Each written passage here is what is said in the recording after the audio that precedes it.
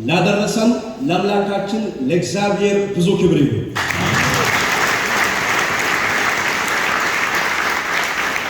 የሥነ መለኮት ትምህርት ከሌሎች ጥናት ለየት ያለ ትምህርት ነው። ከቃሉ ትርጉም ብንነሳ እንኳን ከሌሎች በልዩነት በጥልቀት ይለያል።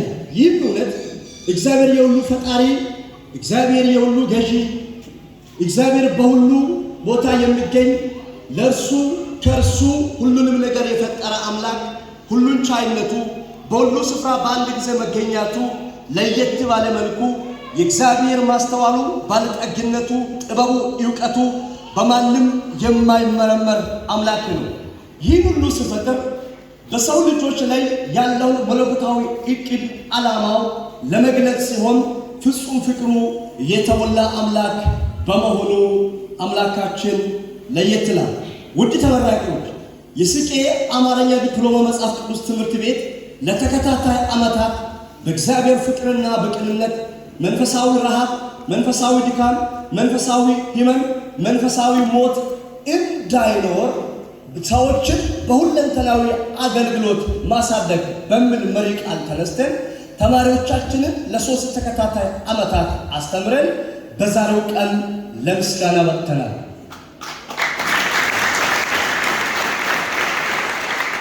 ውድ ተመራቂዎች፣ በመንፈሳዊ ረሃብ ብዙ አገልጋዮችና ተገልጋዮች በተጠቁበት በዚህ ዘመን እናንተ የዛሬ ተመራቂዎች የፍቅር፣ የትህትና፣ የበጎነት፣ የራብተኞች መሆን የለባችሁ።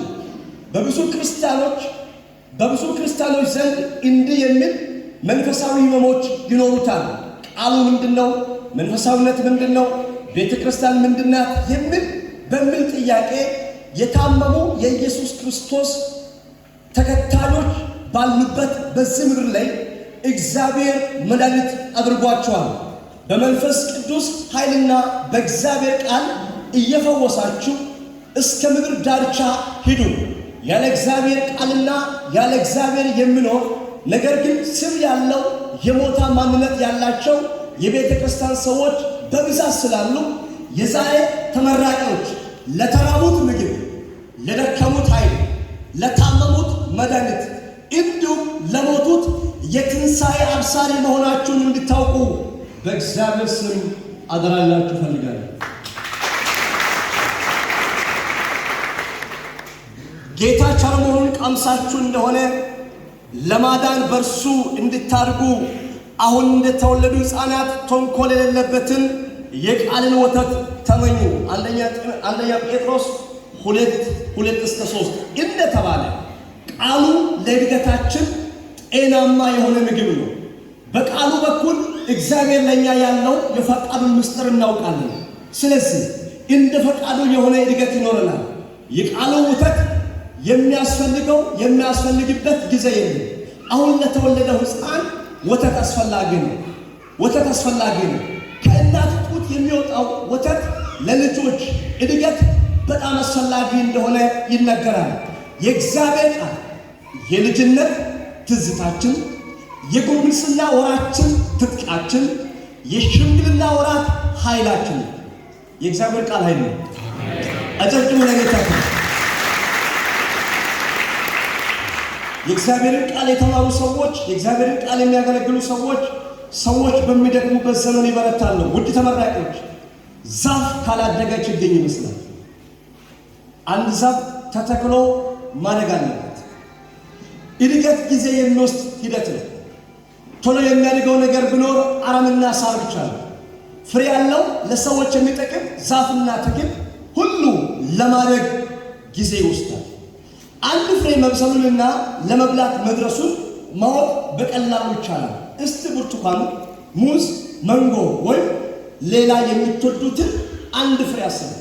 መብሰሉን ለመብላት መድረሱን እንዴት ማወቅ ትችላላችሁ? እንደምታውቁት ጥርጥር የለም። ማዛ፣ መልኩና ልስላሴው ብሉኝ ያሰኛል። ገና ገመጥ ስታደርጉ ከፍተኛ እርካታ ይሰማል። አቤት ውሃ፣ አቤት ጣዕም የሚሰጥ እርካታና ደስታ ልዩ ነው። የአንድ ፍሬ መብሰል እንደምታወቀው ሁሉ የእናንተም የዛሬ ተመራቂዎች መንፈሳዊ ሕይወታችሁ፣ መንፈሳዊ ስራችሁ፣ መንፈሳዊ አገልግሎታችሁ፣ መንፈሳዊ ብስለታችሁ፣ መንፈሳዊ እድገታችሁ በሰው ሁሉ ፊት ይገለጥ። አጨብጭቡ ለጌታ። መልእክቴን ሳጠቃልል ውድ የዛሬ ተመራቂዎች በውስጣችሁ ያልተገለጠ ችሎታ፣ የተከማቸ ጉልበት፣ ያልተፈተሸ ጥንካሬ፣ የታመቀ አቅም፣ ጥቅም ላይ ያልዋለ ስኬት፣ ያልተከፈተ ስጦታ፣ ድብቅ ተስጦ ልትሄዱበት የምትችሉበትን ገና ልትሄዱ ያልሆናችሁትን ገና እንድትሆኑ ያላያችሁትን ገና እንድታዩ ያልደረሳችሁበትን ገና እንድትደርሱ ያልሰማችሁበትን ገና የምትሰሙት በውስጣችሁ የታመቀ ትልቅ እምቅና ጉልበት አለ። ትምህርት መማር ጀመራችሁ እንጂ አልጨረሳችሁ። አሁንም መማር የጀመራችሁትን ትምህርት እስከ ዕለተ ሞት ድረስ እንድትማሩ በጌታ ስም አደራ ለማለት እፈልጋለሁ።